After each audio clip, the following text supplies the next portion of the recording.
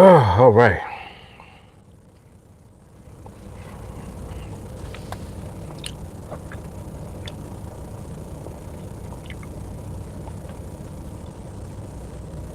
It looks like it's on. I don't know though. Oh yeah. It is on. Okay.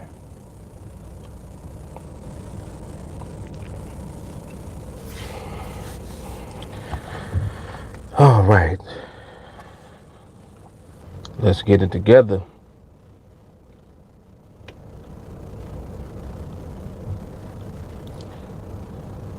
Let's get it cracking.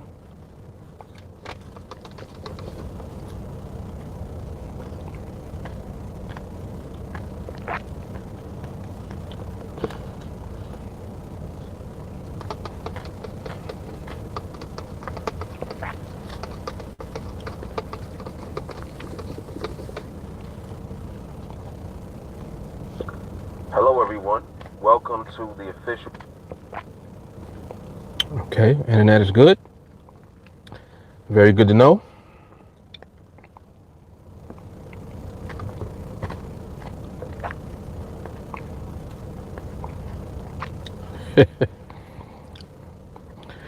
John, what's up, man? Stacy.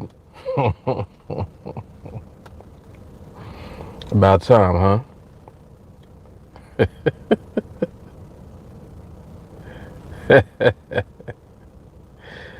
Stacy is hilarious. Stacy feel entitled.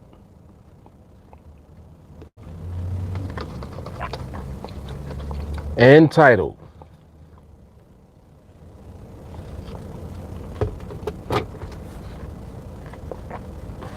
I wasn't playing today. I had to get some Starbucks.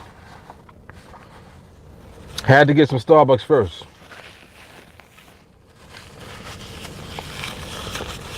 She said, and I am. Obviously, yes, you are. Yep. Yep, it's all good. I don't mind.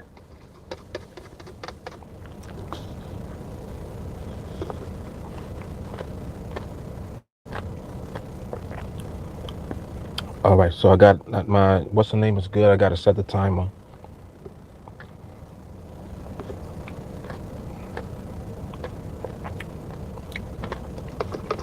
I'm in the parking lot to get this internet.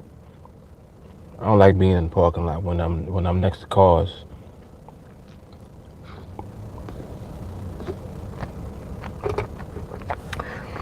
But for the sake of good internet today, I'll just deal with it.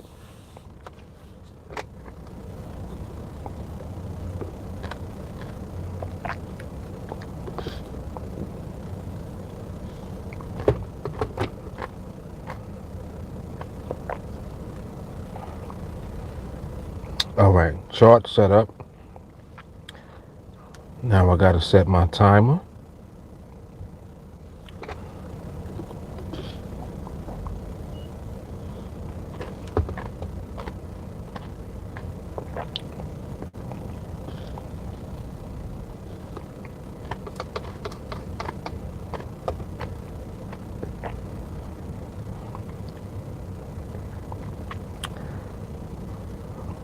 Okay. Timer set. Timer is set. All right, we good to go. Now let me get this out there real quick. JP was good, my man.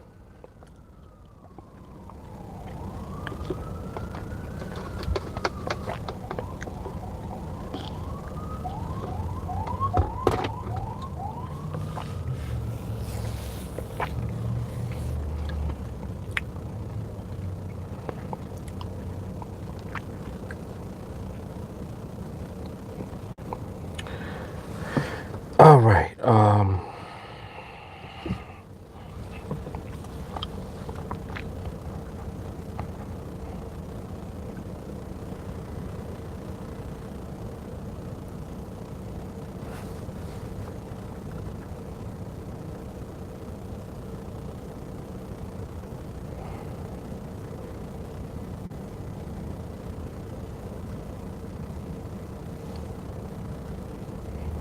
Okay, time is set.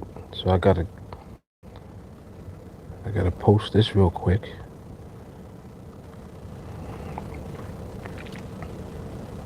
And then we good.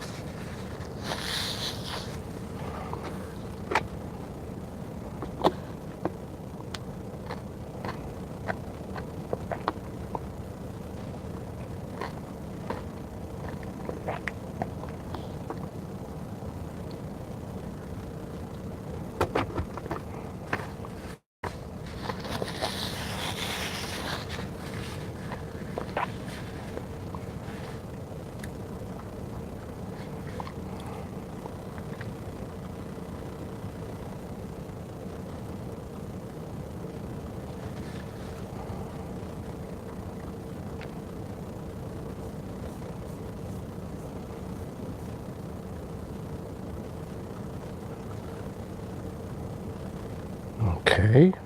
All right, so that's good. That's good to go. And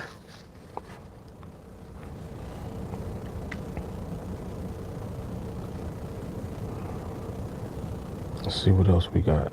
We got one more over here.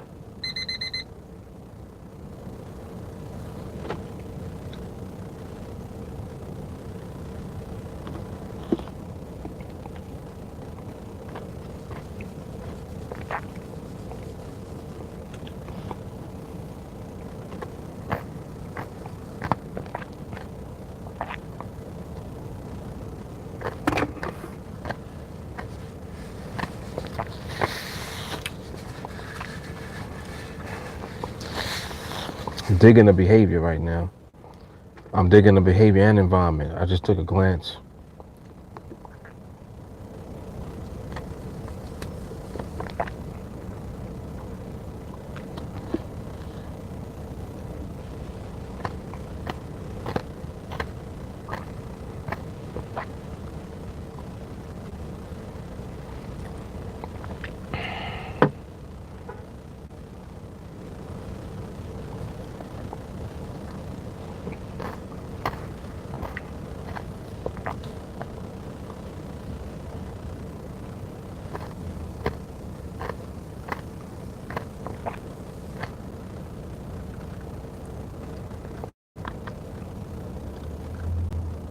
Mm-hmm.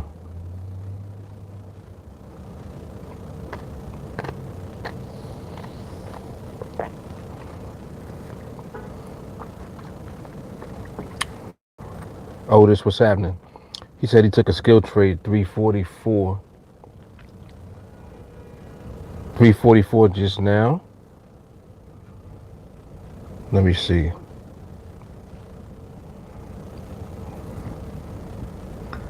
2055 on the buy.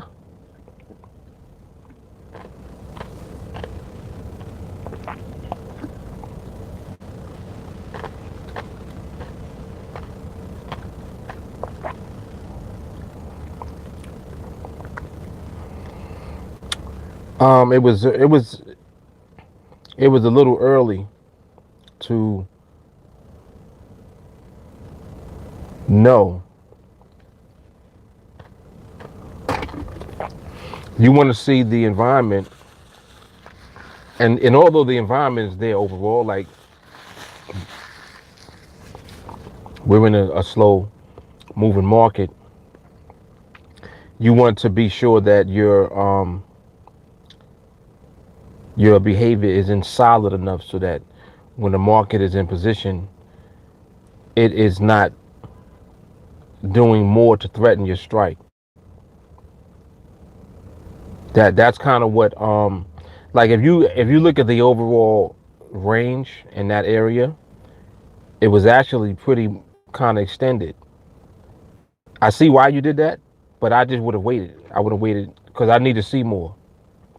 Like even now, I still need to see more because it's giving clues that it wants to establish the condition solid, but you don't know if it's going to do that. It could still be moving around into new positions, and you don't want it to do that on you. You know what I mean? But we're gonna go. That was a good example, right there. We're gonna go over this tonight in training. It's actually what I'm gonna be elaborating on that I started talking about yesterday.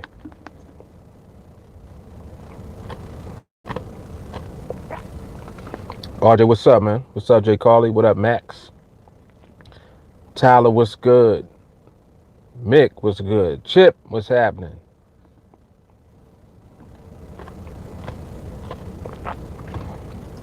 Yeah, and I know you understand what I'm saying just from what I just explained. I know that you know exactly what I'm talking about.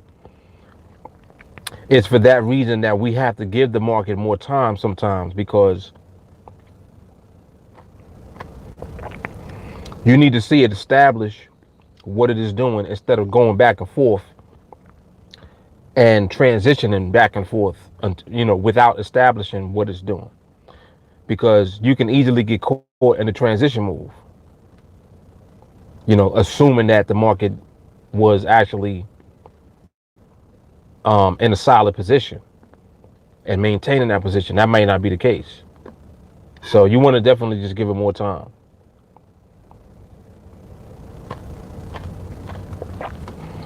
But that was a good trade.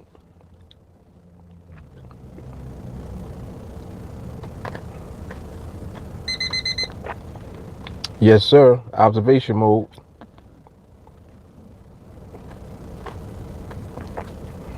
Yeah, when I first came on, when I was drinking this, I was looking at it and I was like,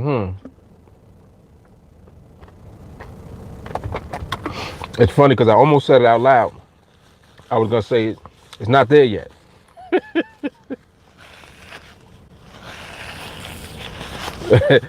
I know Otis he wouldn't have wanted to hear that. He'd be like, "What?" He's like, "Nah, man, please don't say that. Let me get out of the trade first." Shit.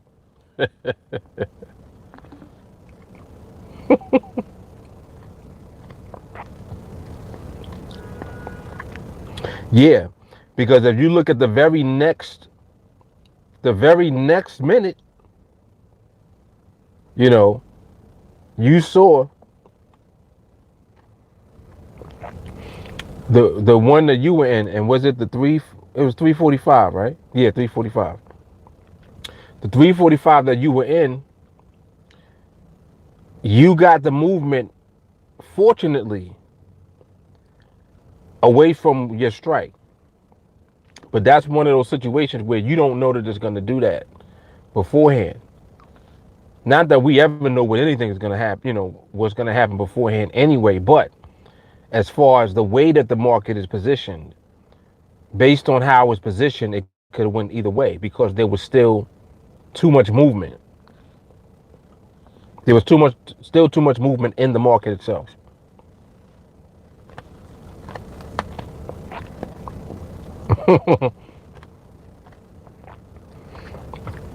Yeah, or just like, listen, I'm popping off.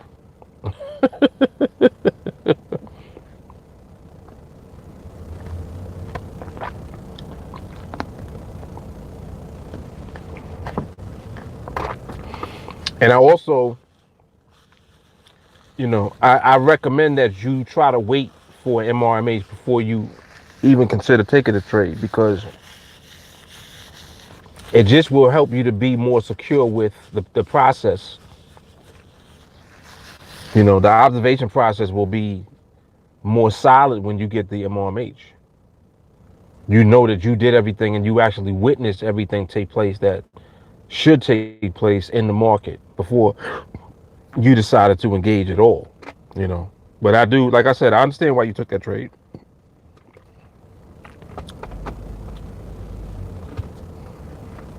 What's up, Ed? He said, by the way, hey, yeah, MRMH is what we live by, nothing else. Got to see it manifest before we take the follow through. Yep, agreed, agreed. I wrote up this the Project 21 like a little chart just to show like, man, you know, it's crazy. It's really crazy when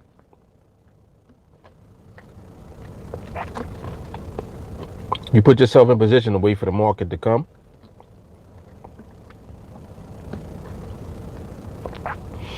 and the market always will come eventually. So it's like when you when you multiply that by time and then by the value that you can give to your trades over a time period, because of the fact that you've waited for the best opportunities to come, you've waited for the right time to be presented in the market. You know, you just waited and waited and waited. You put yourself in position. When the market gives it up, you're there to take, or I should say, to receive what the market gives. And you don't try to do too much by way of forcing things to happen based on what your expectation is or based on what your desire is in the market. You know, it's natural to have a desire, like, you know, or I want to get a trade today. I want to get a trade, or I want to get a couple of trades this week. It's easy to say that, but the real challenge is remaining patient enough to allow the market to give you those trades. Because what if it's like, all right, you're going to get your trades, but you're not going to get them when you think you're going to get them. It's like, what if I told you that? You see, and now it switches the dynamic, because now when you say something, you have an expectation behind it versus saying it and then not having an expectation and allowing it to be given to you. Those are two different things. It takes a lot of discipline to do the second thing I said, the latter. So it can be done, but it requires way more discipline on your part to wait for the actual market to give it up. You know what I equated to? You know how folk like that go to that are in church, they be like, he may not come when you want him, but he's always on time. That's what it is. That's what it is. That's the equivalent of the market giving it up. May not come when you want it, but it's always on time. That's the perfect analogy right there to use. Perfect. Mm-hmm.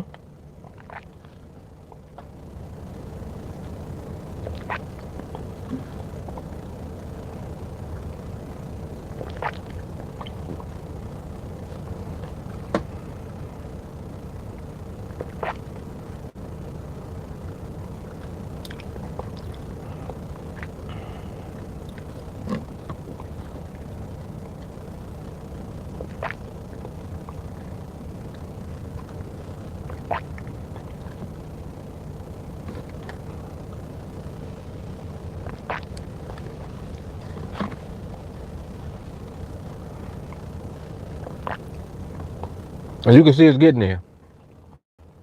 It's getting there. It's not quite there yet, but it's getting there.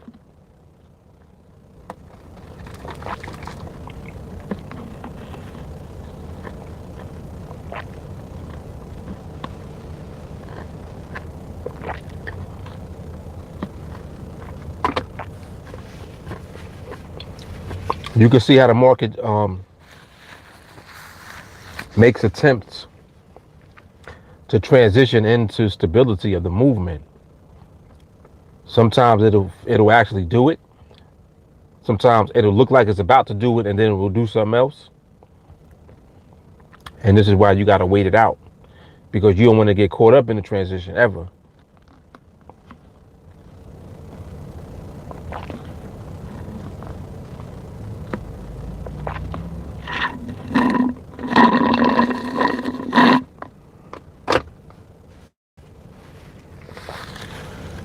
Mission accomplished, man. That was good. I'm about to run that off. About 5:36. Go for a nice little jog right there.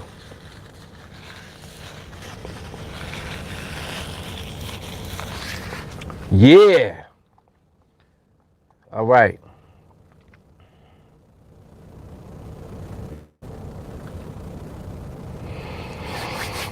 All right. Let me see. There was something else I meant to do.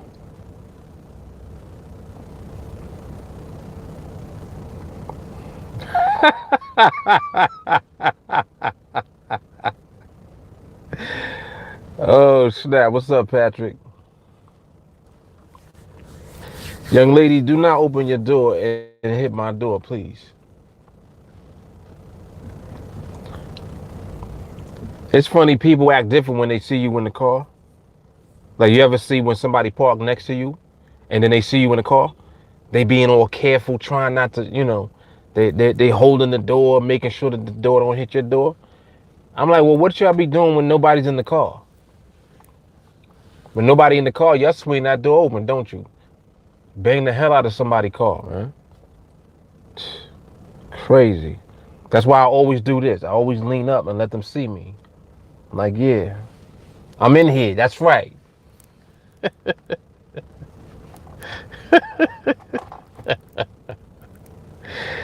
Yo, people are something else, man, because they just be doing shit. They just be doing shit.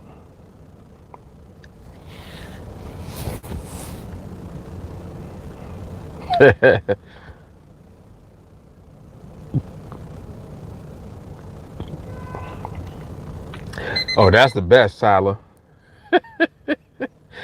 He said when they looking at your tinted windows, like fixing their hair, doing something, they fixing their face up or whatever, and they realize that you in the car, and they look like they seen a ghost. Oh, right. Oh, don't roll the window down. Oh my gosh, scared them half to death, man. Shani said they mashed the door right open, bang your car and bounce. Yeah, when you not in there, that's exactly what they do. Oh, this girl doing Uber Eats. Okay, go ahead, girl. Always be wondering about that Uber Eats and what's the other one? There's another one. There's like three of them services. Yeah, they're very popular up here in New York, man. I see people doing that all the time. That's crazy. Yeah, DoorDash is another one, right? And there's like two more. Postmates, thank you. Yes, exactly. Yeah, those are pretty popular. Pretty popular. Ain't nothing wrong with that. And it's like an app too. Matter of fact, I was talking to this other girl, and she said that I think she was doing Uber Eats, and something happened where like their system was down, and people wasn't getting paid. But it was like a glitch. Like you would get paid, but you wasn't getting paid on time, and they had to figure out whatever and this and that. So she was like, I'm not doing it until they get it right. So like she stopped doing it until they fixed it. And then she did one of the other ones. I think it might have been Grubhub. Yeah, it was Grubhub. Yes, thank you. Yep.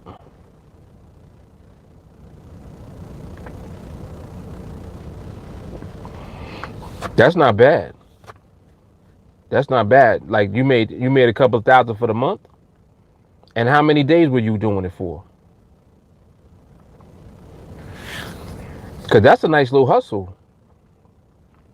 Cause the thing about it is, like, if you already drive, you know what I'm saying, you already got a car. Shoot.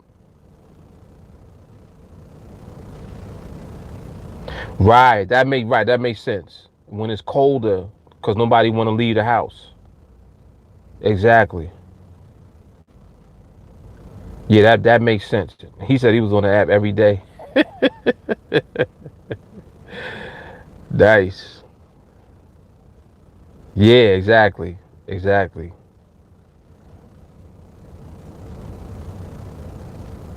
Wow. You know that's funny? Because that's probably true. He said don't get nothing with fries because the driver might eat them.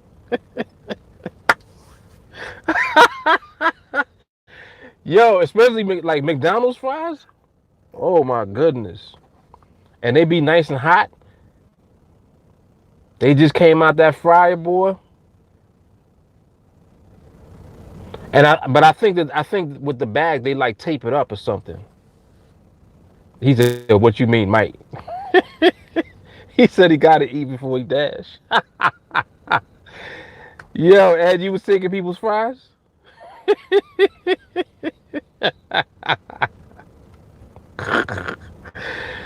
Oh snap! Yo, he was taking people's fries.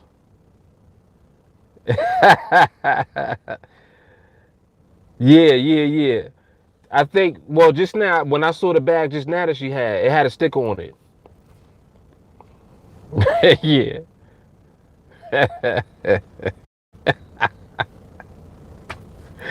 I know, man. I know.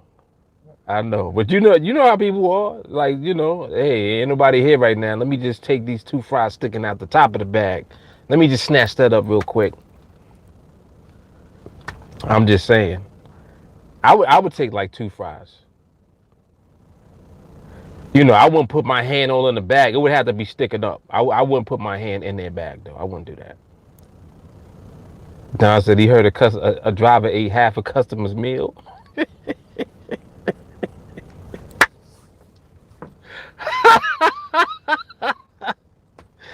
Yo, he probably was like, yo, Uber said eat. He said Uber told me to eat. Uber eat. Oh snap. Wow. Capital One, what's happening? Oh my goodness. Don said he heard some people make 1,000 a week doing Postmates. Wow. Yeah, I guess so. I guess you keep right. You keep going to pick up delivery. You keep smelling them fries. You like, listen. If one more person orders some fries from here, those gonna be my fries. Tyler said, eats a entire thing of fries. Better call the place, tell them they forgot. Right. Somebody get their food. Be like, where's the fries? I ordered fries. Be like, no speaking the English.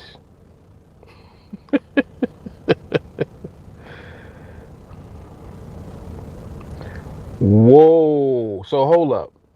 Because this is helping me to understand how them things work. So they add $8 to the cost of the delivery or to the driver.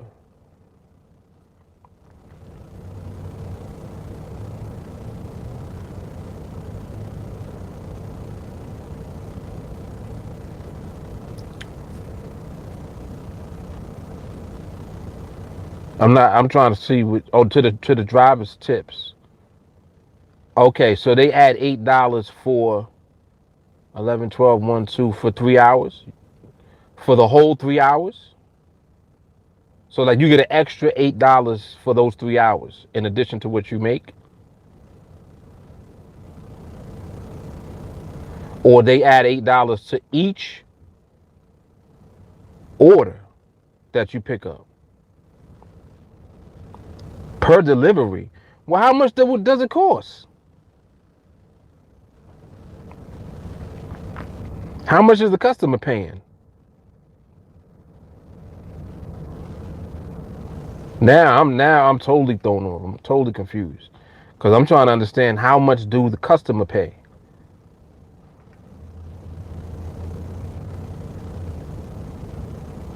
Because that's crazy.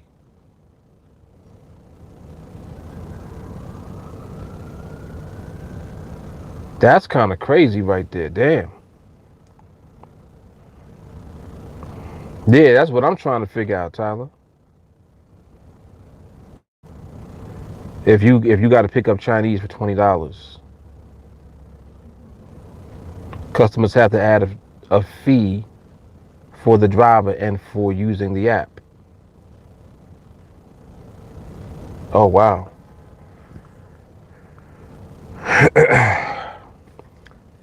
But Monty, what's happening? He said, "Why nobody tell me how sweet the late trade action is?" Yeah, man. I mean, it all depends. It all depends what the market is up to. He said he may never trade during normal business hours again. That's funny.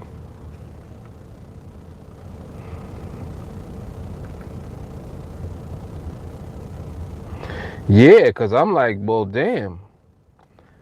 That I'm curious to know how much are people willing to pay to get their food delivered. Like, cause all right, I understand if you getting like, like some kind of specialized meal delivered, but to get McDonald's or like some fast food delivered, and you paying an extra $20 just to get it delivered, nah, that's a lot right there. I guess people just got it to spend because they don't want to go nowhere.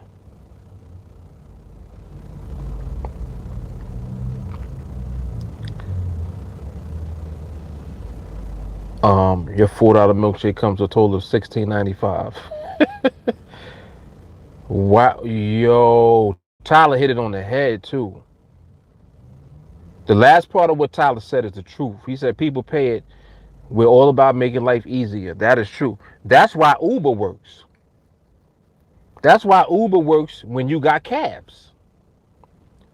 I'm like, Uber's not that idea ain't new. You already have cabs. So people paying for Uber, they're paying to save time. Pull up the app, let you can pick the kind of car you want, let you know the time that the car gonna be there by. You know how much it's gonna cost to get from point A to point B. You order your car, saving a bunch of time. It's saving a bunch of time. That's what everybody definitely is willing to pay for. They're willing to pay to save time. Yes, they are.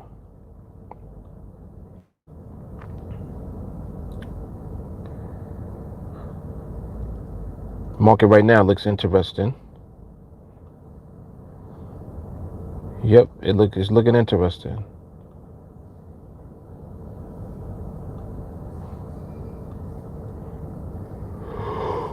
Oh, excuse me.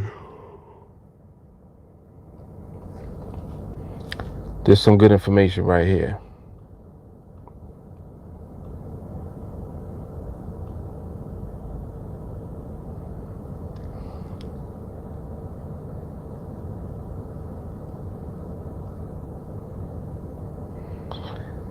You see that? You see, so you see how when you wait, it pays off. Because if you jump the gun and assume that the market is doing something that it ain't doing yet, market will punish you for that. Yes, indeed. See, so technically that really was only 2 minutes that it stayed within that range right there. 2 minutes. Then it popped outside of it just now at the end of that one. Mm-hmm. That's how people be getting caught. Just like that, Ed. Just like that. Right. Dunished. Exactly. That's more appropriate. Yep. Caught up in that change of position. Absolutely. Lady, you are entirely too close to this car. Like, And you at an angle too. I'm gonna just stare you down and make sure you don't touch this car. I'm gonna stare you down.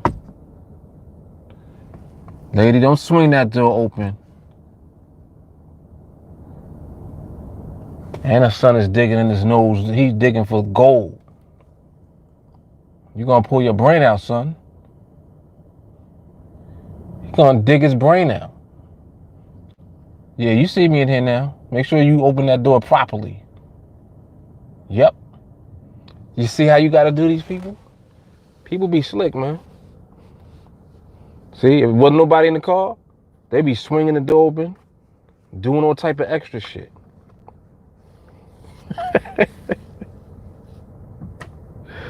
Uh-huh. Yeah, I see you. Uh-huh, I see you. Get the hell out of here. Take your son in his booger's fingers and get out of here.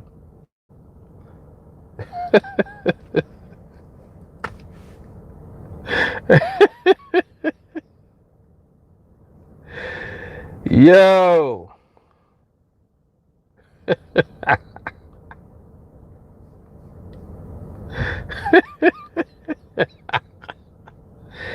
Yo, let's see.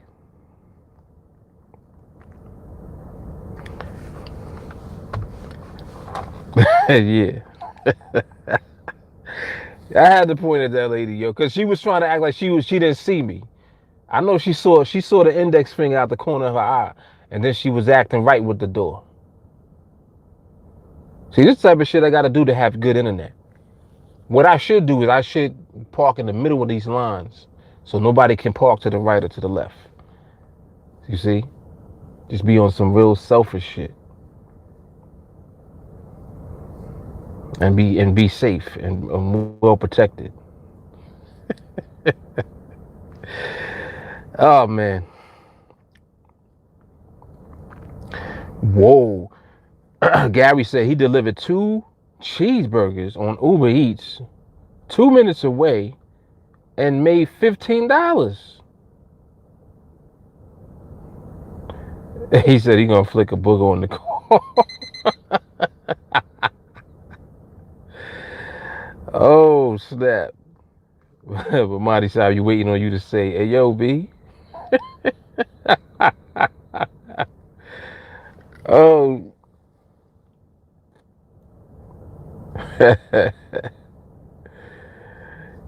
Yeah, man.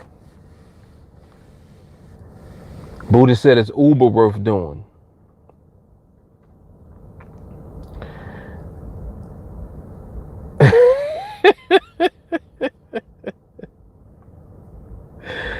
Oh man. Yeah, stall them out, Debo.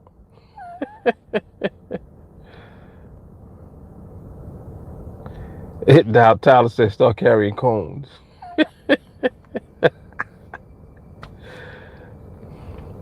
That's funny, Bomani, because I looked at the Timbs this morning, but I was like, nah, I think it's too hot outside. I looked right at them. I was like, nah, let me chill.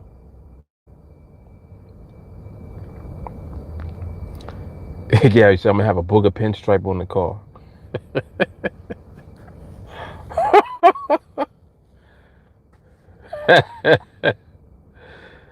Oh man. Capital Marcus, Dr. Jekyll, Mr. Hyde when it comes to car parking.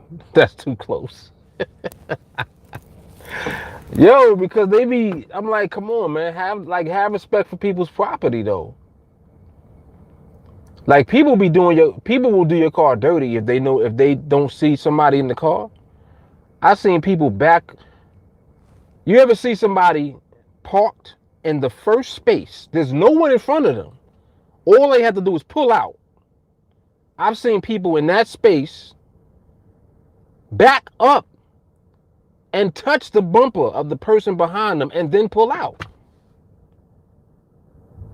Like that's totally you totally violating somebody's car, and you don't even have a reason to back up at all. All you had to do was pull out. But they're so used to backing up and touching the person behind them. I'm like, what's that? And it ain't like one or two people. I see mad people do that. Yeah, man. So people be violating.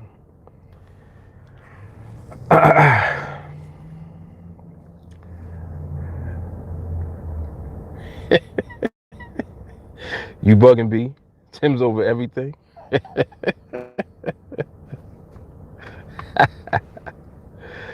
Yes, definitely Tim's in shorts. Yes.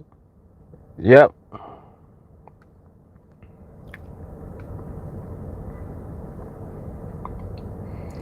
4 consistent trades back to back. When this afternoon?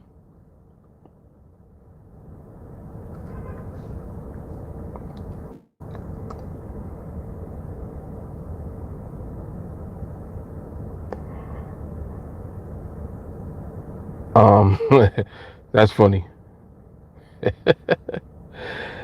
Tyler has a little point. He said, "Why you let the juice man convince you to mess around like that?"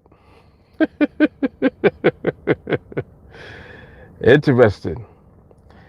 As I gotta ask, when you first came to terms and the realization of what it took to work these binaries, how we do, what did it do for you inside? It just, what it did was it just amplified the peace I had already, because I had to get myself to a peaceful place first in order to not quit. It's like when I began to study, like really study the behavior of the market in terms of NADEX, I gave myself an ultimatum at that time. I was like, listen, if I don't figure this out, if I don't figure out how to stop losing, I'm gonna quit. Knowing in the back of my mind I wasn't gonna quit because I knew I was gonna figure it out. I just didn't know how I was gonna figure it out. But I knew that I would figure it out.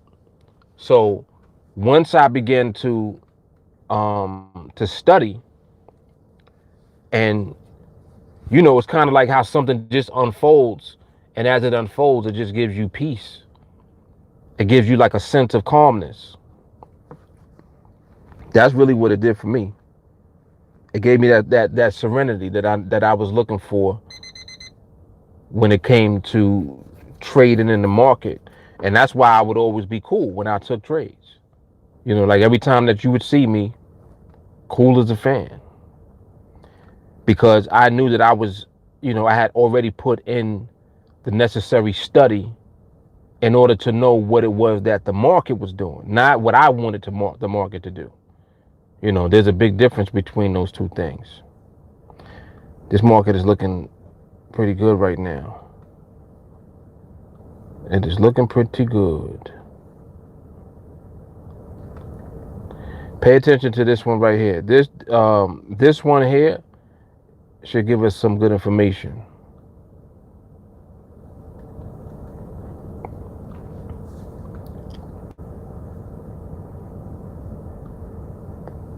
This 2053.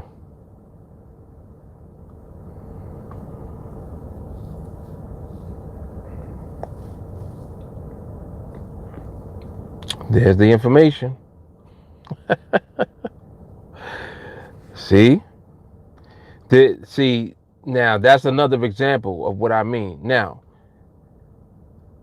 if you look at what took place before that just now, you can see the amount of time that the market spent within the area. And within the area, when you break it down, you can see how the market actually made multiple moves into new positions. It did it.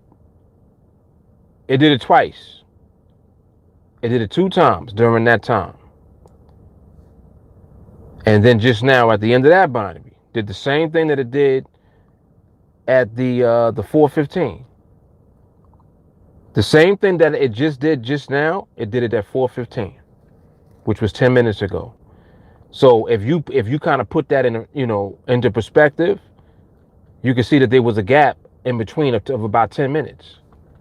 And within that 10 minutes, the market was within a position, but it was actually within more than one position if you drill down.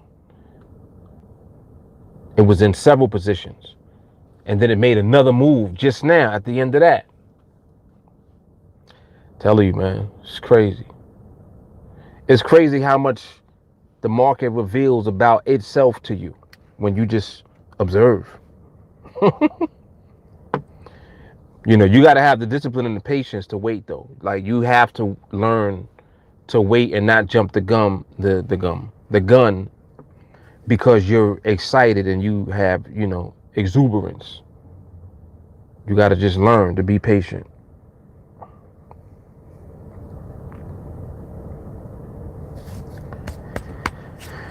All right, let me see something.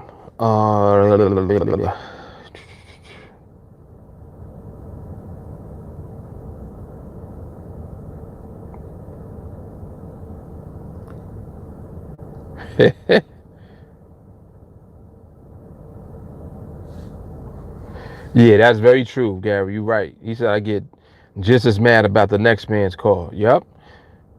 Yep.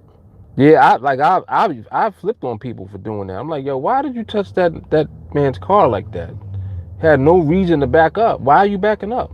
Like, one time I stopped somebody. I'm like, yo, stop. You about to hit his car. Oh, I didn't see it. Is that your car? No, it ain't my car, but why you want to touch the man's car? I don't understand. JT said, Mark, you should come out with a skill test so we can see where we at. Can't really box it in like that, though. I think after this set of training, because I need to dig into it, I think, a little more in more detail over like the next couple of nights, and then I'm gonna test everybody on it. I'm actually gonna test on several things. I'm gonna test on several things.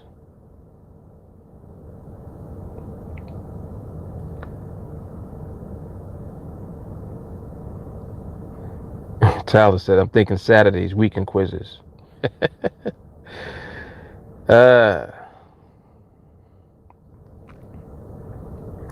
Oh, something else I had meant to say too about that one just now. The market is so awesome. Excuse me. What we wait for, it didn't do, which is the reason why we would never take that trade. It didn't do what we normally would wait for, or not even normally. What we wait for, it didn't do. It didn't give up, which is the reason that you would not be taking that trade. You would just observe. But now, understanding the dynamic of how it moves into and out of position helps to give clarity to what you do already. This is what I was saying in training yesterday. I'm like, you already do this. I'm bringing it to your attention and shedding light on a nuance of what you do, which is very powerful. It's very powerful. It's gonna elevate your skill once again. Yep, observation at its finest. Exactly. Bimani, I'm accountable for my errors, but real talk, ain't no time sweeter than 7 to 9:30. Every pair seems to have a sweet spot as far as time. I have a world clock, so now I trade when the pair, or now I trade a pair when the banks are asleep or closed for the day. It seems like that, Bimani. There, like, you'll see. Do that for a while, and you'll actually see for yourself that it will vary. It still varies. It's never anything where you can actually put your finger on the market being a certain way at a certain time. You've just witnessed it consistently for however many days that you've been looking for. But I assure you, the market does whatever it wants to, whenever it wants to. And when you try to box in the market behavior and the environment to a certain time of the day, the market will remind you at some point that, nah, I do what I do what I feel like doing. But I understand what you mean. I do.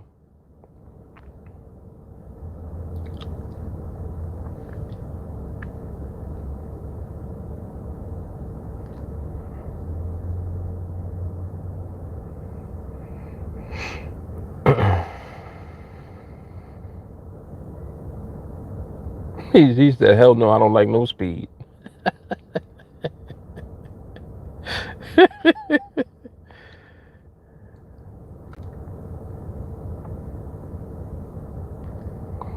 Otis said, discipline just got checked, elevated again today. All right, Otis. Wait, what you talking about? You didn't take that last trade just now, right? You talking about the one before that we discussed?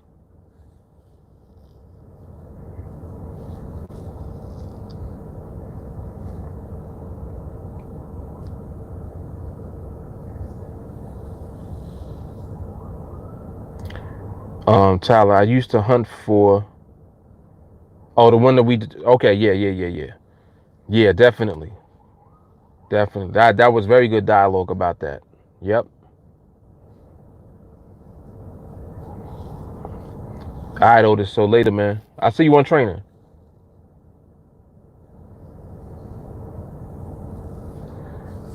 Tyler said, used to hunt for frame periods like that. It was interesting to see the data in that viewpoint. What's up, Holly?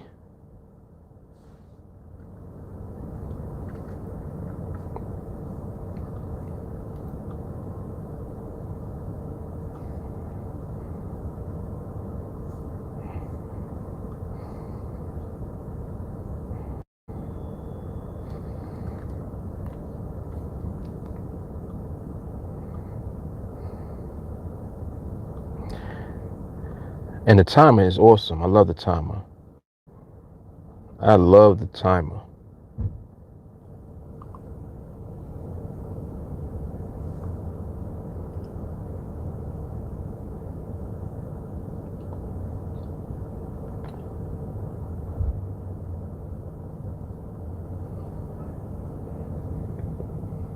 That car's so old, I don't even know what it is. Tyler said, at the end of the day, that market is king. And if Bollingers act that way in those frames, what you going to do now? Yep, be versatile. Exactly right. Exactamundo.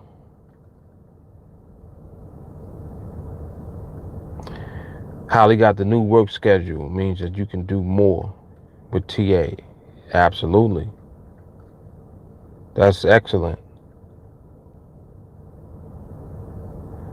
Ramani, it's all about finding an advantage or at least fooling yourself into believing you have one. Mind over matter. Yeah, I get that. I understand, but Monty, trick yourself. You got to trick your brain. Right, training starts right after work. Mm-hmm.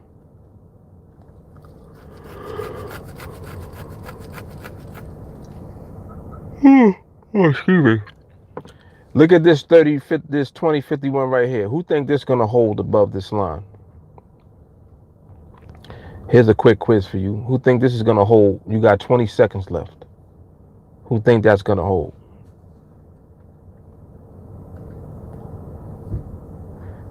Let me see what y'all say to that. 5 seconds left. It's 2 micro pips above. 1 second. It held. JT said me after. Buddha said no hold. That one held, Buddha. That one held. But Monty said I'm done trying to trade at the money. In or out. And I don't play with stuff like that. That's like playing with a Ouija board. And that was just really just a question to more so see how you felt about what you were observing in the market thus far. Because like we're sitting here watching the charts. Based on your observation, did you think that was going to hold or did you not? That was the question. It had nothing to do with taking a trade.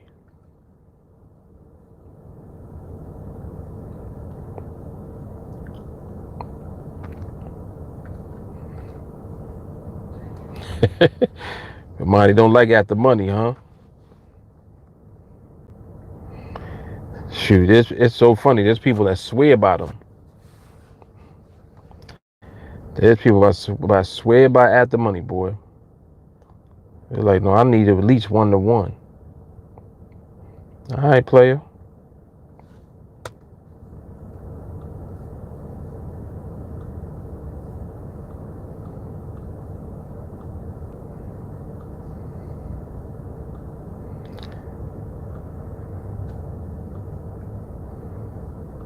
Um,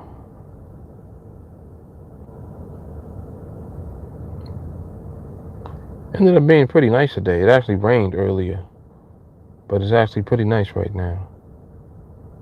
Pretty nice.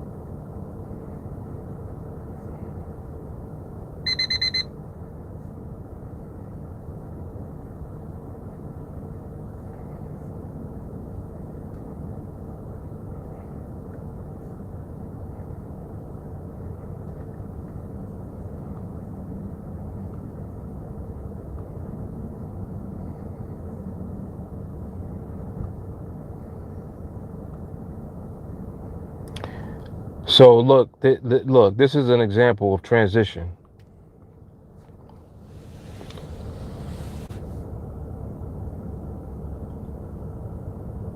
A lot of Uber Eats. Damn, everybody doing Uber Eats.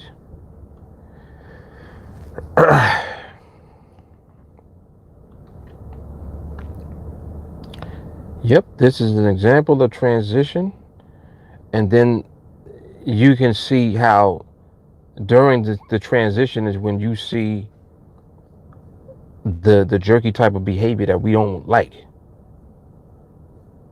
There are times when it will become more intense, or it may just present it a little and then subside. You know, it might be fluctuating between instability and stability. So when you're able to recognize transition, you can't ever get caught up in a trap. Like, it would be the reason why, instead of you applying the rules, applying the parameters during a certain type of environment in the market. And when I say that, I mean, what if the market is transitioning? Like, what if the market is in the middle of transition? And then you try to apply the parameters. That's how you get caught up. Because your parameters could be validated for an entry, but the timing is off because the market is in transition. It's not in a solid environment where the behavior is also solid. And that's where you'll run into the situations where it looks like, oh man, you know, I could have got smacked on that one. Well, you really had no business even being in that trade if you were attempting to get into that trade. Is the reason why there's no such thing as a good trade. See, if you notice, our study doesn't lead to good trades. Our study leads to good timing.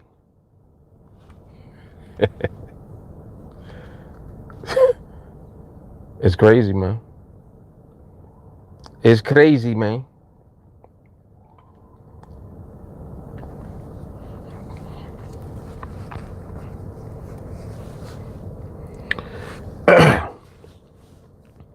Yeah, absolutely. Many times. Many times. Holly said I seen the market tease with good pricing and then bam, with the transition of the actual market. Yep. Yep.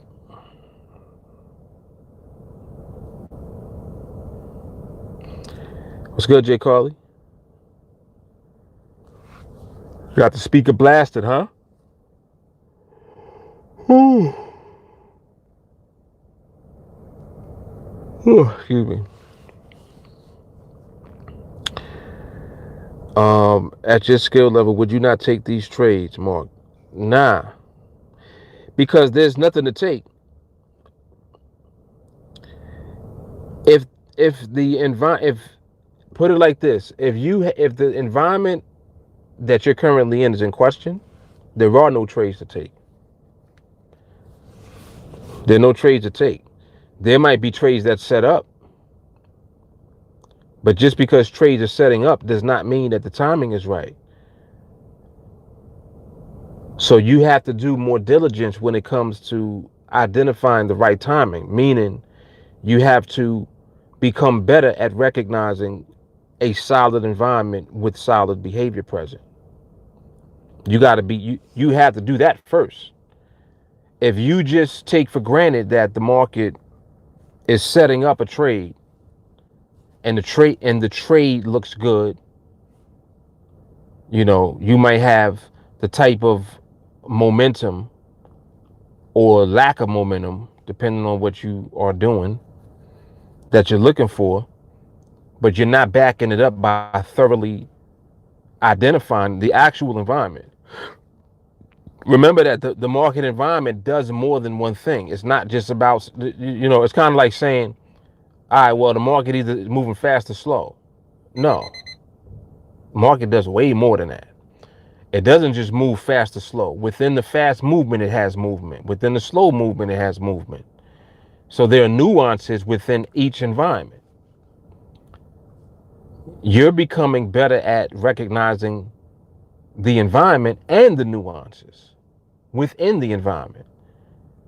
So that takes a lot of study and observation. That's why I'm never anxious to jump into trades, because you don't want to jump into anything. You want the trade to be handed to you, like literally.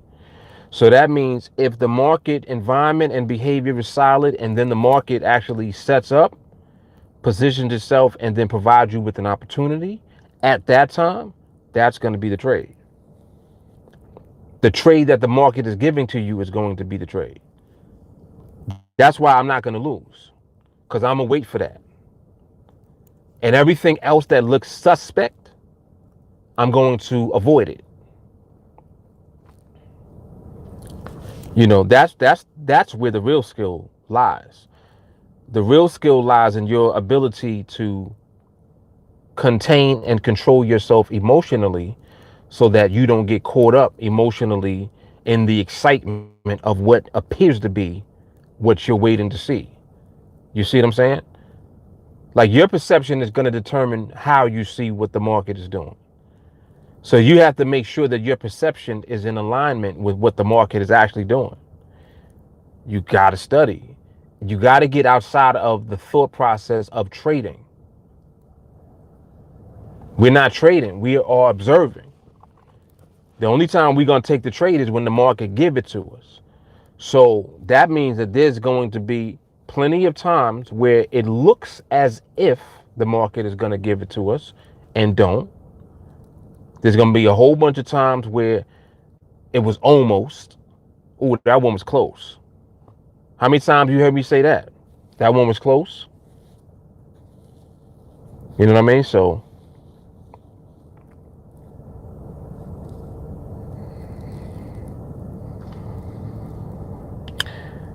Jay Carly, I'm taking for granted that the new tools we learn are things we already doing and didn't realize. Yep. So I don't do it again. Spike needs a J. Carly 2 exit the break for real. Yep.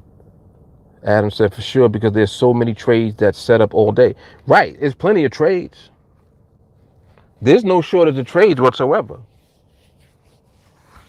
It's mad trades. It's not the trades that's the problem. It's your timing. It is your timing.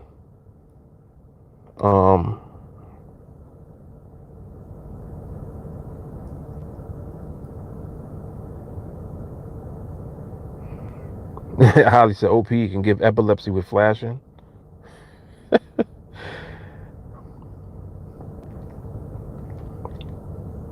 That could be true. People get seizures from that, right? I think I'm gonna switch my shades. Hold up. These are more preferable for this lighting.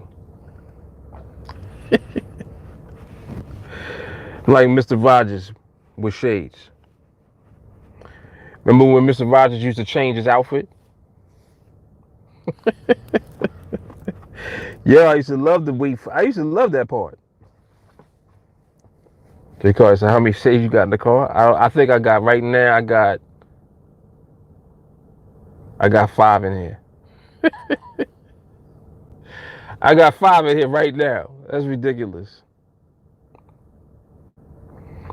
Oh, let me come back. Hold up. Ed said, Mark, I meant to ask you about your take on call spreads and touch bracket instruments.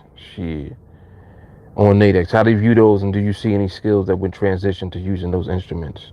Don't even look at them. I don't even look at them. Something would have to be like remarkable to take me away from the binaries. And something would have to be like the best thing since sliced bread to take me away from the 5-minute binaries. There's nothing better than it. Nothing better than it, man. And I've examined and looked at everything. Spreads is more similar to traditional Forex. And we already know binaries is a better instrument to trade than traditional Forex if you know what you're doing. If you got market skill, binaries will get you paid. If you got patience and discipline, you won't lose, period. And now you got a business.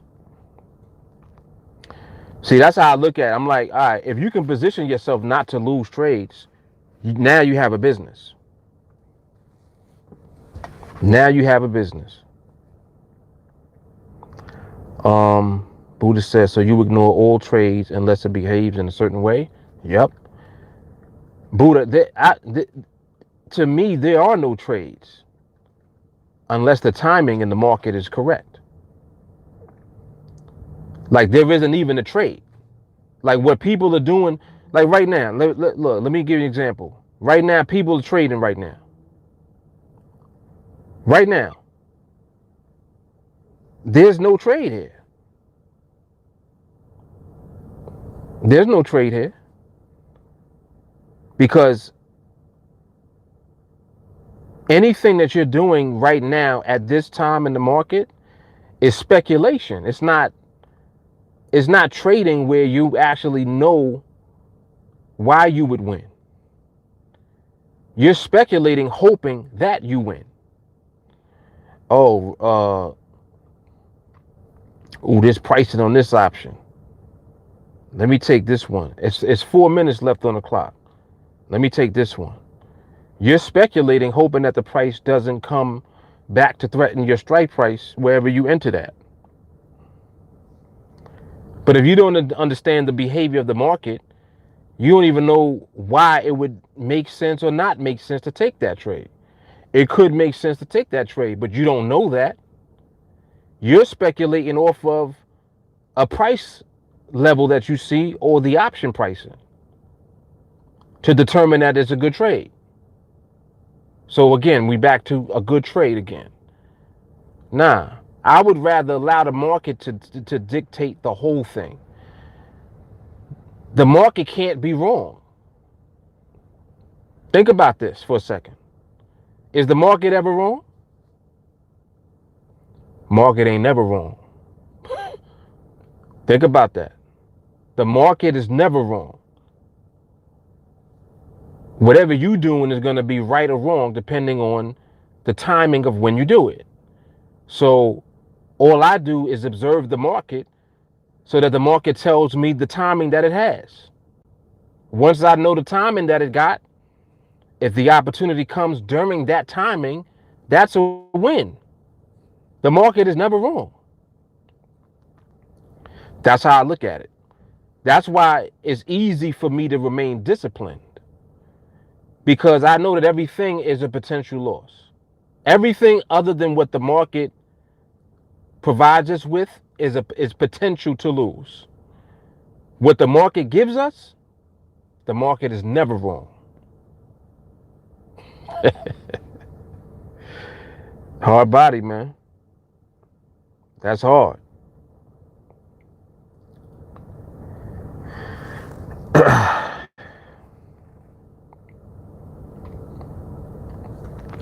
Ed said I got eyes like Urkel. Oh snap. Yeah, this dude said I look like Urkel. Yeah, that's fucked up, Ed.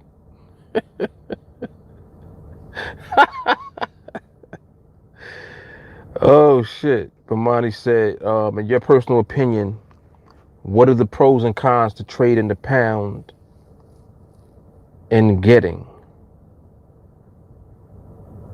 Was this something you were adding on to that? I'm not sure if there was more to that question. It seemed like it got cut off, maybe?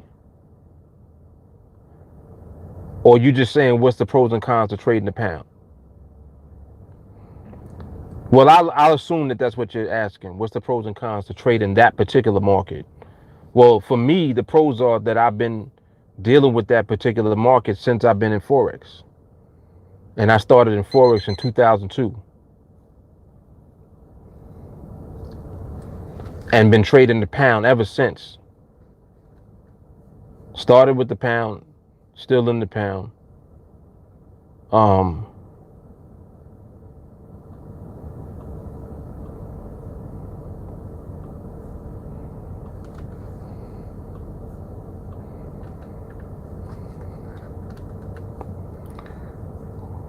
Where's this thing at? Oh. The pros of trading one market in general is that you get to learn the nuances of the market that you're studying. That's the main one. To me, there ain't no cons. If you and not just the pound, any market, like just pick one. The pros of being in one market is that you will learn that market thoroughly, because you'll learn the unique, intricate nuances and behavior of that market without being distracted by other markets, because you would split your time and you need 100% focus on one market at a time.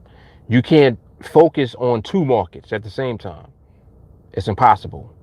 But you can focus on one. Yep, you can focus on one. And look, Tyler hit it on the head. He said it's just what he's always watched. Stick to your pair. That's it. That's it. Adam said, you mean people are gambling right now? Yep, that's more like it. Exactly.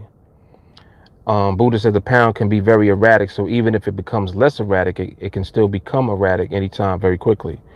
Yeah, but that's the case for every market, though. That is the case for every market. Any market that you select always positions itself at some point relative to the way that binaries are set up. At some point, it will position itself. When it does, that's when your opportunities will come. You have to know how to recognize when it positions itself. That's the key to it. So it has more to do with your ability and your skill than it does to do with the market that you're watching. It's how are you able to navigate the market that you're watching. This lady was about to pull off with her husband. Oh shit. Yo, she must have thought he was in a car. Like they an older couple. I think she thought he was in there. He not in there. He's standing outside the car. She's steadily backing up. Wow. Yo, it's funny when you see older people doing shit. Cause you like, yo, what's wrong? Like, what happened? You all right? Like, sometimes they can't see that good. And it's not funny, but sometimes they just do funny things. Like that was hilarious just now. She was backing up. He's standing outside the car trying to get into the car, and she's backing up without him in the car.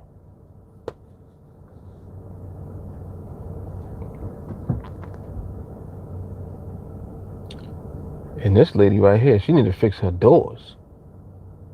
Yo, her door open, and it sound like it's closing.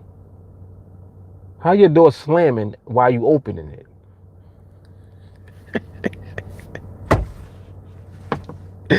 Yo, you can't make this stuff up, man. I'm telling you. I'm trying to tell you, man. You cannot make this stuff up. Goodness. All right, let me focus real quick. Okay.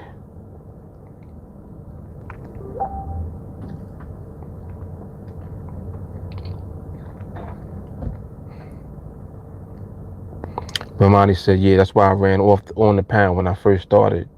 Trading moves too damn much when it moves. I can picture that. I understand what you mean. That's what, well, you want a market that really moves for real? Shoot, the pound yen. Pound yen is insane. Pound yen, euro yen, them pairs move for real.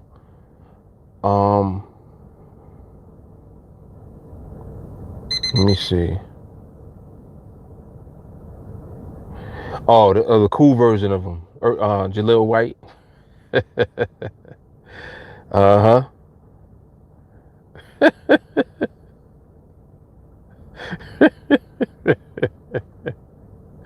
You know Adam gonna rub it in. He's like, uh-huh.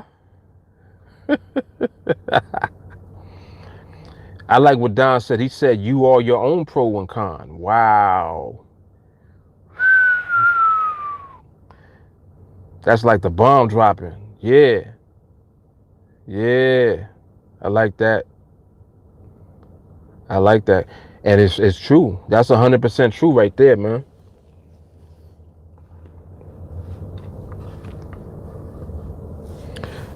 Adam said, I had 4 screens going before.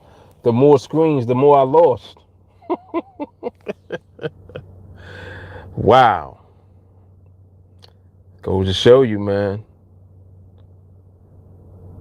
Analysis paralysis, for real.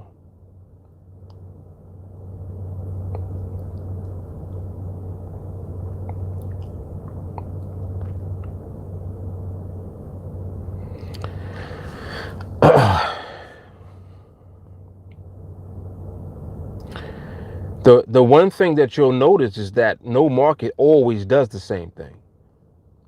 See, like that's where people get caught up in trying to pick markets. You assuming that one market does the same thing all the time, and it don't. Every market does various things. You just haven't watched it long enough to pick up on the intricate nuances of how it moves to know that it never always does the same thing. You see what I'm saying? This applies to every single market, period. The nature of markets, it wouldn't be possible for it to always do the same thing. Otherwise, it would be predictable. If you always knew what the market did, it would be easy to trade. You don't know what it's going to do. That's why it's not easy to trade. And I'm talking more so from the perspective of like the Forex market. You have no idea really when it's all said and done what it's going to do. You can get a clearer picture of the timing of what it is doing, more so than you can predict what it's going to do. That's why that's what I do when it comes to binaries. I understood that about the timing, um, the timing inherent within binaries. I know that it's about timing more so than it is about trying to pick or predict the direction. That's all it is. Timing. So that means that it's a combination not only of the actual market movement, but also the behavior of the movement, how it's moving, how fast or slow it's moving. This more so plays a bigger role in whether or not you're going to be able to capitalize using binaries. So when I understood the correlation between the market movement and the binary itself, then I reverse engineered the process. Instead of thinking the way everybody else does, I went to the end and then worked backwards. That's how I came to realize, oh shit, this is about the market. It ain't even about the binaries. The rest is history. Yep. The rest is history.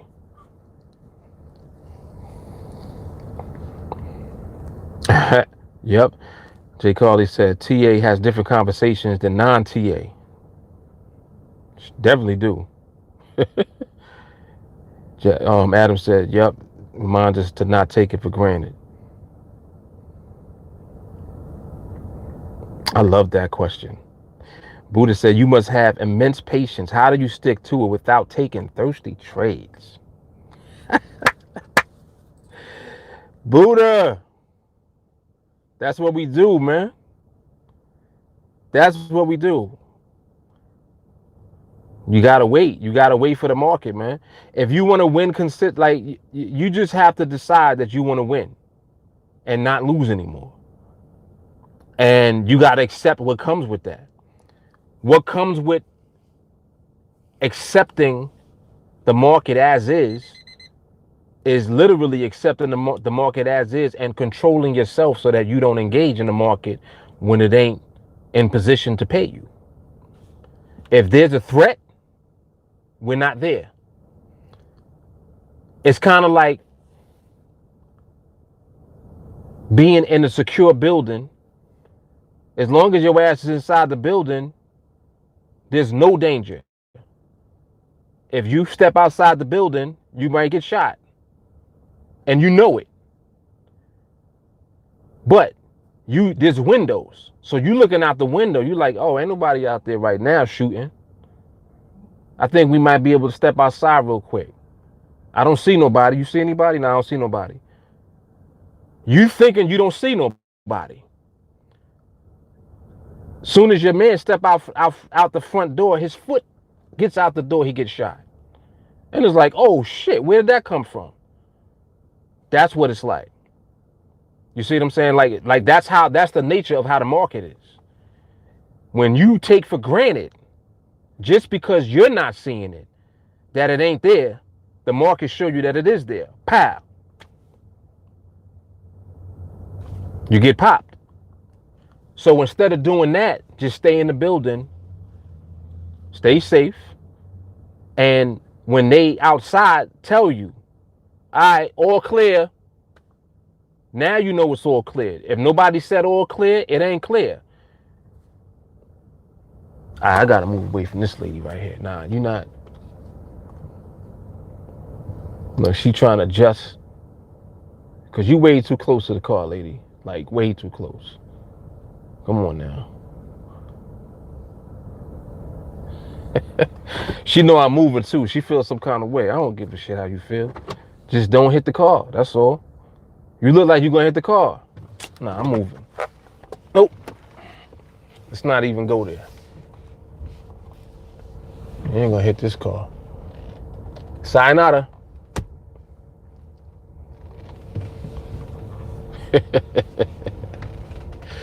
Sayonara. I'll just go elsewhere.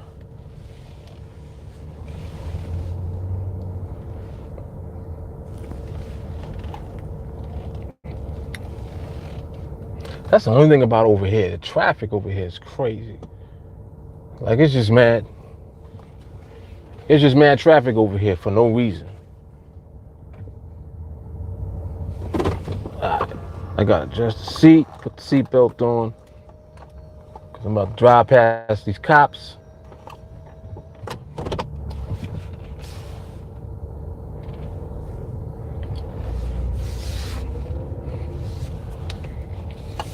All right.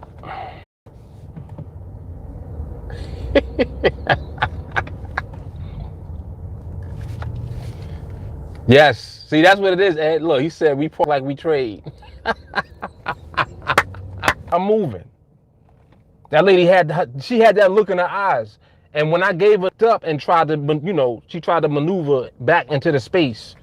But nah, she still wasn't parked right. She still at an angle. No. You will not be swinging. Yo, that is hilarious.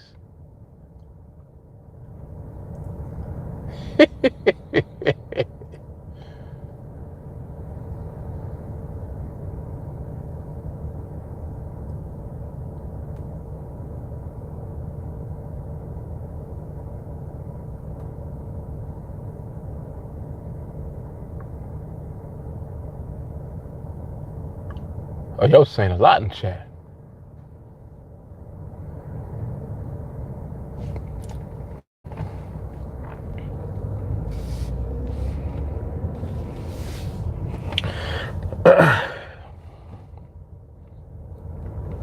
Damn, I just want to see the comments. Go ahead, man. You mad thirsty. Go ahead. Oh, excuse me.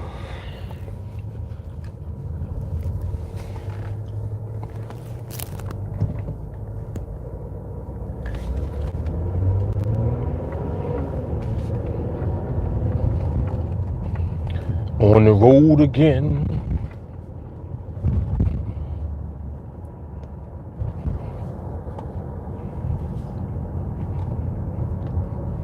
My kids are funny. They want to go to the park.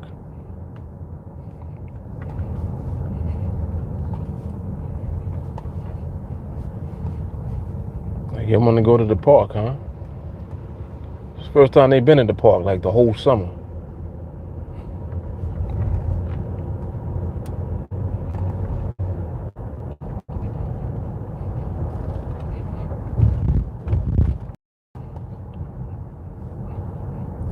I need to get up past this other intersection up here and through this traffic.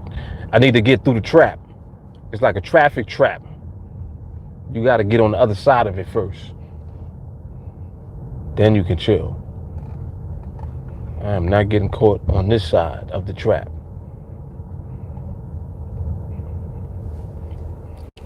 Let me see if I can see more comments. Y'all are hilarious.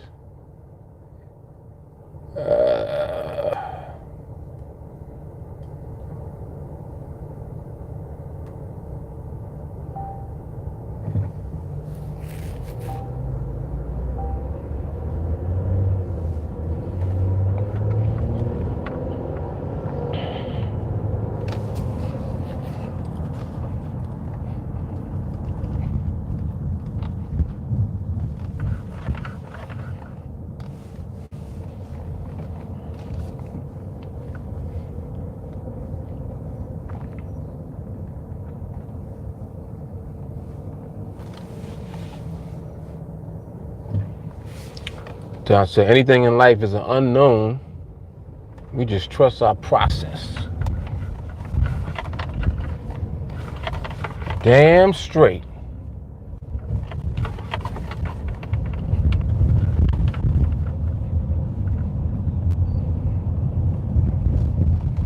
That's an interesting statement too, because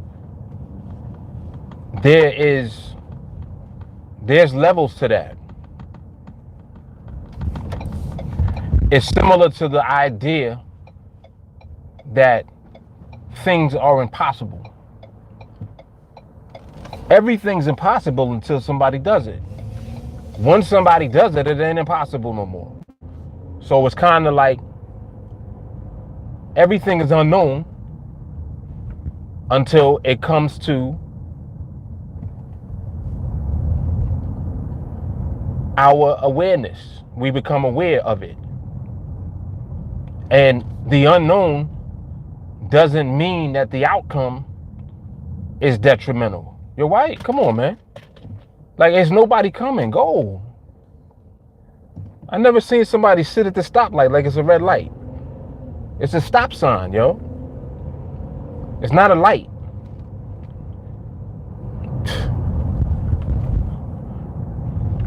See, this is why I don't go nowhere. This is exactly why I don't go anywhere. Like, people in New York when they drive it, man, that shit is like, you need like a whole regiment before you even get in the car to drive anywhere. Like, you need woosah, you need some caffeine in your system. People would just be bugging when they driving. Like, they're the only one on the road. Like, come on, man, there's more than you on the road. Like, please.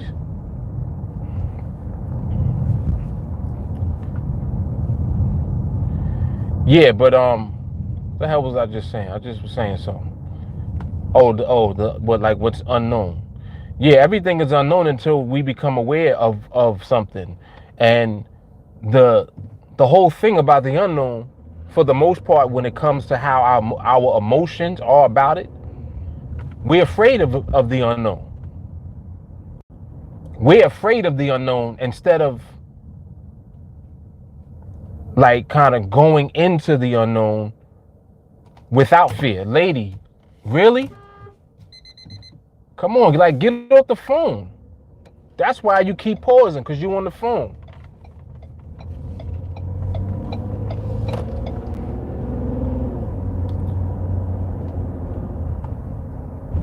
You need to pull over if you're doing all of that.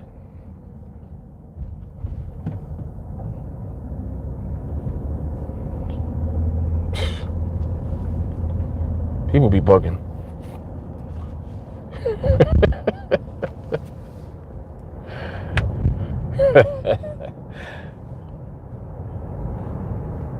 I know it doesn't seem like it, but my road rage is contained. It's not really road rage. The reason I talk it out is so I don't get road. It actually works. It's very effective. I think if more people did that, there would be less road rage.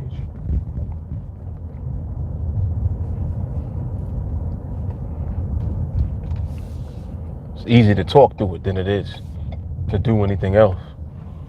All right, let me pull over real quick. I'm good. I'm on the other side of the trap right now. No. Too much sun right here.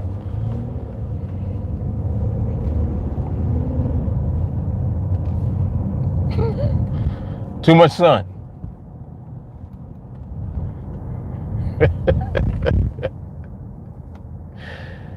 Oh, snap.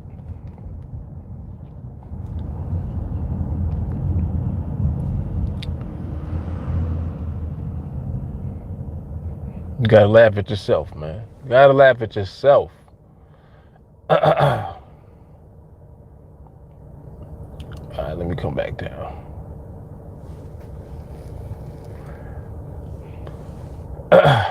I like that.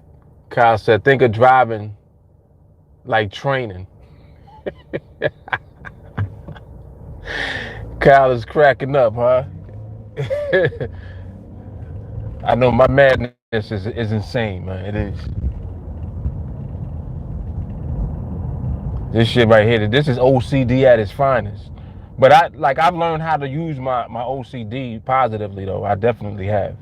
I can say that with all confidence, without a doubt. Yeah, you got to talk it through, man. You got to talk it through. He said, yeah, I get it. Born and raised in New York, so you already know what it is. Yes, you know what it is. Buddha said, you say you don't trade for days or weeks until the environment is right, but on the Blueprint project, you trade it every day. The Blueprint project was a specific thing that I was doing, and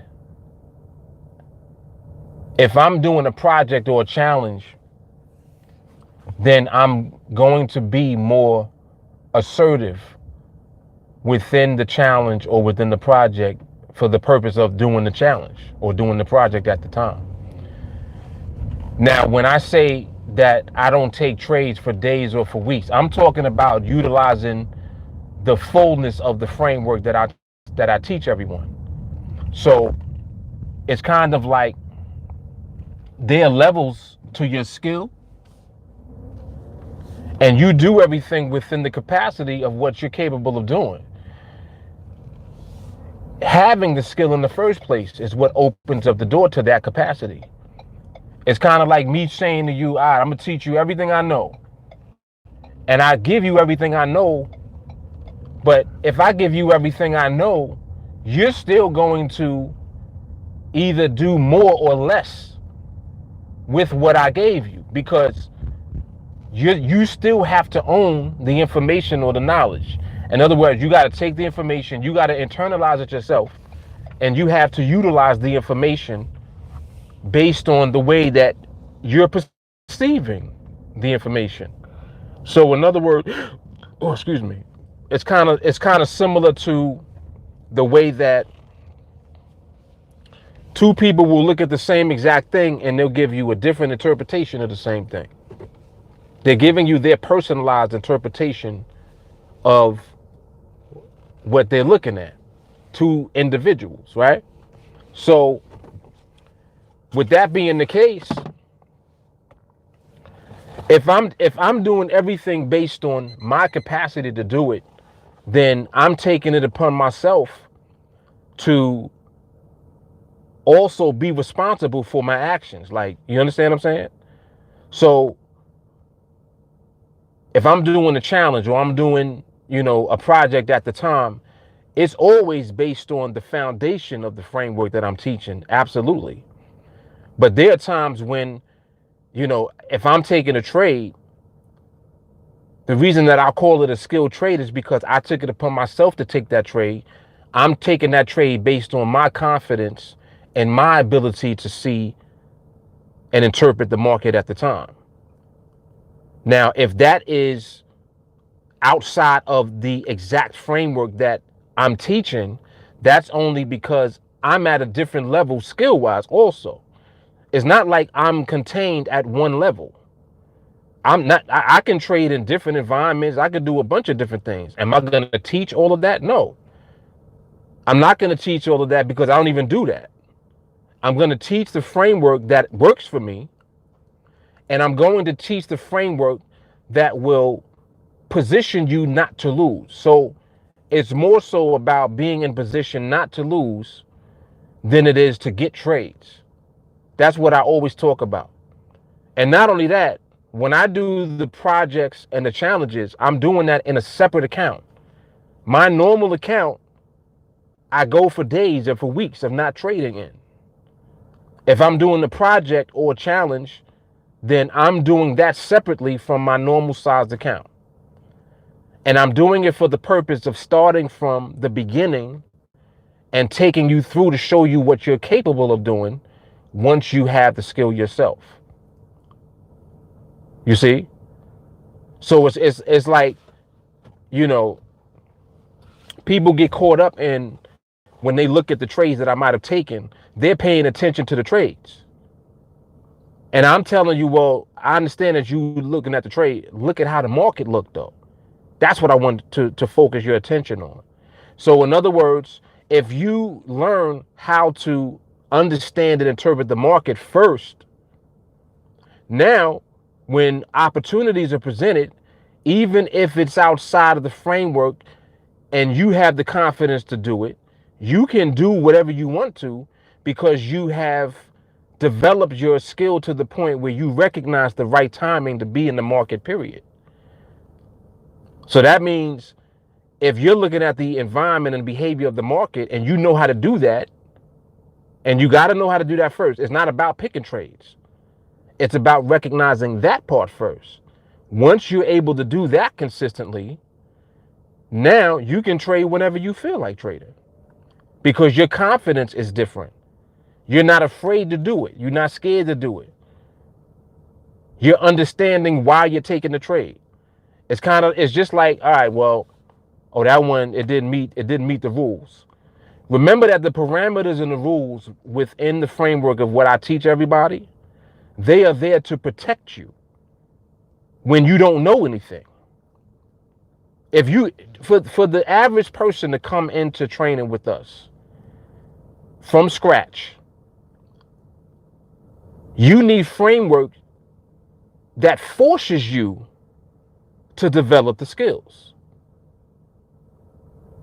You don't need, I'm not going to give you something that's going to get you in a lot of trades so you can feel like you're doing something. My goal is to give you the framework that's going to help you understand the dynamics of the market itself and to put you in a position where you're not going to lose, because you are going to be affected emotionally if you lose. You understand? If you're new and you take a loss, it fucks you up. You're not in a position mentally within your mindset to deal with losing yet. Matter of fact, you're not in a position to deal with losing at all. When you're new, if you come in, if you lose, it could devastate you to the point where you quit. So I'm giving you a framework that's going to force you to develop patience, discipline, wait for the market to give you the, and when it comes, you taking the trade, even though you're new, you understand why you took the trade. Even if you're new, you understood why you didn't take the trade. Oh, that nope, it didn't meet the parameters on that one. It was close, but not there. Can't take that. Nope, we don't have permission yet. Can't do anything.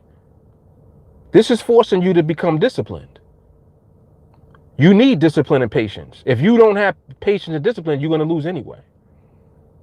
So you see how the training and the framework is forcing you to have patience and discipline. You're not going to develop patience and discipline on your own. You're just not going to do it. It's just like if let's say I created a strategy real quick and was like, all right, here, do this. Gave you the strategy to use. Go ahead, do your thing. Now you got a strategy. You basically have a curve fit, something that you think is going to work. You thinking it's going to work just because I gave it to you. But you're going to take that thing and you're going to do what you want to with it. You're not necessarily going to do it the way that I tell you to do it. If I tell you, all right, well, listen, don't use this unless the market is like this. What you going to do? You're going to use it whenever you can. You ain't going to wait for the market to get like this, even though I told you to do that. Because you feel like this is strong enough just to use and to get into trades and win them. You're like, nah, man, I love this right here. This is good, man. Yeah, let's go. And now you want to take that alone and trade. You're developing the wrong habits out the gate. You see what I'm saying? So that's why the whole process is different when we train. I'm not trying to teach you how to trade. I'm trying to teach you how to develop the skills that are going to lead to you winning all the time. That's it. That's what I do. You got to understand why you're not trading first. Why are you not taking trades in this environment? What's wrong? Oh, the environment is not there. It ain't really there. All right, so what do you need to wait for? You need to wait for the environment to be right. What else? All right, you need behavior to be right. Is it right? No, not really. What do you got to wait for? You got to wait for the behavior to be right. All right, you got environment and behavior right now. Oh, it looks good, but it's out of position. Well, what do you mean? It's not in position. Oh, well, it's out of sync too. What does that mean? Huh? It's out of sync. You see what I'm saying? That's skill. You got to understand the why. Because if I give you something to do and you win, why did you win? You need to understand why you won every time. The same way that if you did it and you lost, why did you lose? if you can't answer these questions, you have a problem and you at a disadvantage. And if you at a disadvantage, that's a disadvantage that you're going to carry with you. So it's like you're going to ultimately either be in position or you're not. Meaning you're going to develop the right habits, good habits, or you're going to develop bad ones. Through the process, you're developing something. Something is going on. What it's going to be is going to be dependent on how you navigate. So if I'm training you to wait for the best scenario so that you position yourself not to experience pain, I know that pain is going to tear you up. And I know that if you feel pain out the gate, most people will be like, yo, I don't think I could do this. I was doing okay, and then out of nowhere, I started losing. It wasn't out of nowhere. It wasn't out of nowhere. I guarantee you that the whole time you were not doing things the way that you were being trained to do them. That's what happened. You were deviating. And this is what goes on all the time, over and over and over again. So when people deviate from what they're being trained to do, that's when they experience the pain. It's just like somebody looking at when I do the blueprint or when I do the trade or die or the all or none. They're looking at the trades I'm taking. They try to duplicate what they see me do with the trades instead of looking at how the market looked. They're trying to duplicate the trade. Nah, I'm in the video. I tell you to look at the market. I'm telling you in the video. Listen, guys, pay attention to how the market was looking. Not, oh, look at this trade. Look, I'm about to win this. No. Nope. What's up with this internet now? Is it back up? I'm trying to see if I can see the comments from here. Hold on. Back up a little bit.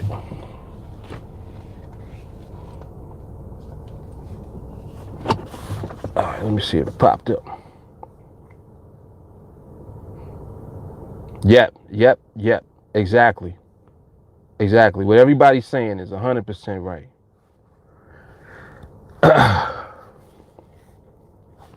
Bimani, trading is like a game of spades. Your only advantage is your skills. Exactly. It's just like poker. Is poker gambling? It's gambling for you if you don't know how to play. It ain't gambling for the poker player. The dude that really plays poker, the professional, he ain't gambling at all. He know when to go all in and he know when to fold his hand. And he know when to bluff. You think he just learned that like in a week? No. Skills, man. Skills. So it takes time to develop skill. Time, observation, study. You know, you got to put work in.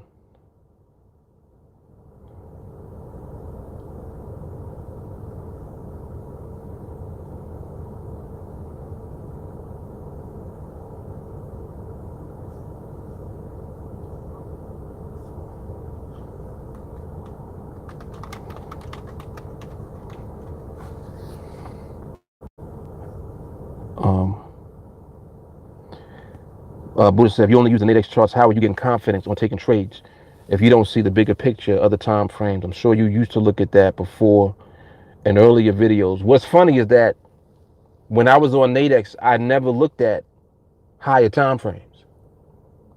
Even when I used to have MT4, like y'all used to see me use the MT4 platform and toggle back and forth between MT4 and NADEX. I really only did that for the look. I did at first use MT4 the way that I'd ended up using the NADEX charts. And then I realized one day I thought about it, I was like, wait, why am I doing all of this extra stuff when all I need to do is look at what the NADEX platform is doing? Because the indicative price on NADEX is the only number that matters. So there's a disparity between the indicative on NADEX and pricing on any other platform. MT4, Traders Way, Net Danger, it doesn't matter. Every other platform has different pricing than what the indicative price is, because the indicative represents an average of all of the pricing anyway, bid and ask, in the open market. So it's combining the bid and ask from multiple um, pricing service into one number. That's what the indicative represents on NADEX. So when you study the one number, you're studying the actual overall market. So you're actually doing way more than you would be if you were looking at outside charting. And that's another thing that people don't understand. They think that they have an edge by looking at outside charting. You don't. The outside charting will confuse you. The only thing that matters is the indicative. How do you win the trade? What if the outside charting says that you were 5 micro pips above, but on the indicative says you were 1 micro pip below? Which one is right? NADEX is going by where the indicative is. They don't care nothing about your outside charting, because that's not what the indicative is based on alone. It takes that into consideration, but it's taking the averages. That price, another price from another platform, another server, they might, they probably got 10 to 15, maybe 20 different servers that are feeding their algorithm to produce the indicative. And if that's the case, the only number that you need to study is the indicative. That's the number that decides if you want to lose your trade. So why would you concern yourself with any other information? You see what I'm saying? So when I realized that, that's when I shifted. And I was like, nah, nope, I ain't even gonna waste my time or spend my time on anything that doesn't make sense to. So no more MT4. We're gonna just use the NADEX charts. And then look at what we do now. We took it a step further. We don't even need the chart. Huh? Exactly what I said. We don't even need the chart. The price chart, we don't even need it. We're studying the real market on the NADEX platform. That's it. That's it. Matthew said the one that cuts the check is right. Come on, man. Come on. Chip said, I agree with what you're saying. I've learned to observe and have patience from your training. It's more than just the parameters. It teaches you to focus and you know what you're looking at. Come on, man. This is what we're dealing with. That's what you're dealing with. You'll notice eventually, the longer that you trade for, you will see for yourself that everything we talk about here is true. Like, I don't even have to try to convince someone that what I'm saying is true. I'm speaking from experience. So if I'm telling you what my experiences have been, that is what represents the proof. It repeats itself. It happens over and over. It's not like it's something different that goes on. Every time we get on the chart and on the platform, everything we talk about proves itself over and over and over and over again. It never stops. So when we talking about, listen, you need patience.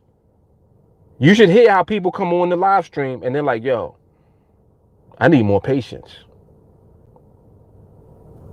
The other day you was just telling me you was 10-0. Then you come back 2 or 3 days later, you like, yo, I got smashed. We kind of told you was gonna get smashed doing that. You see what I'm saying? So it's not like I'm saying these things to try to kind of debate with anyone. I don't have to debate. I can prove what I'm talking about through my trades, through the training, and through other people in the training with me.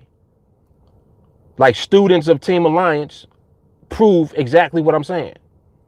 Like listen to what people be saying. Listen to what Chip just said. He said it's more than just the parameters. That's a big statement to make. That's like saying, yo, it's more to it than just a strategy or a set of rules. There's way more to it. It is. Listen to the last thing he says. It teaches you to focus. So you telling me that you need focus to trade? Yeah. Focus, man. You need patience, discipline, focus. That's more important than your strategy. And for us, there ain't no strategy. If you want to call observation a strategy, then so be it. We observe. That's what the strategy is. To look at the market and to wait for it. And listen to what he said. Know what you're looking at. It's interpretation. It's like going to a country and you don't, well, matter of fact, imagine going to another country and you speak the language a little bit, but you understand the language in full. You understand everything they're saying. They speaking blah, blah, blah, blah, blah, blah, blah, blah. You understand it all. You can't really speak it as good as they can, but you understand it. You can interpret what they're saying. That's what it's like for us in the market. You see what I'm saying? We can interpret what the market is actually telling us all the time. Market is like, nah, don't do nothing. Stay out. Don't do anything. It's either telling us to stay out or it's going to give us permission. That's it. Everything, all of the shit that it's talking means stay out. Until it says, it's okay. You good now. Here's some money. Then we can execute. Until then, we don't do nothing.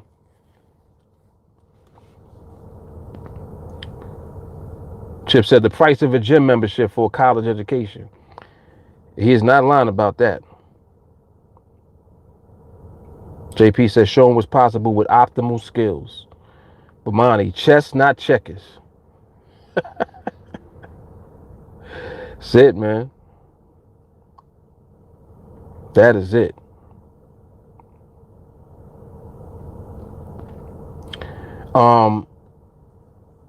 Buddha said, when you're doing the challenges, you're taking more chances, and on your other account, you're being more careful.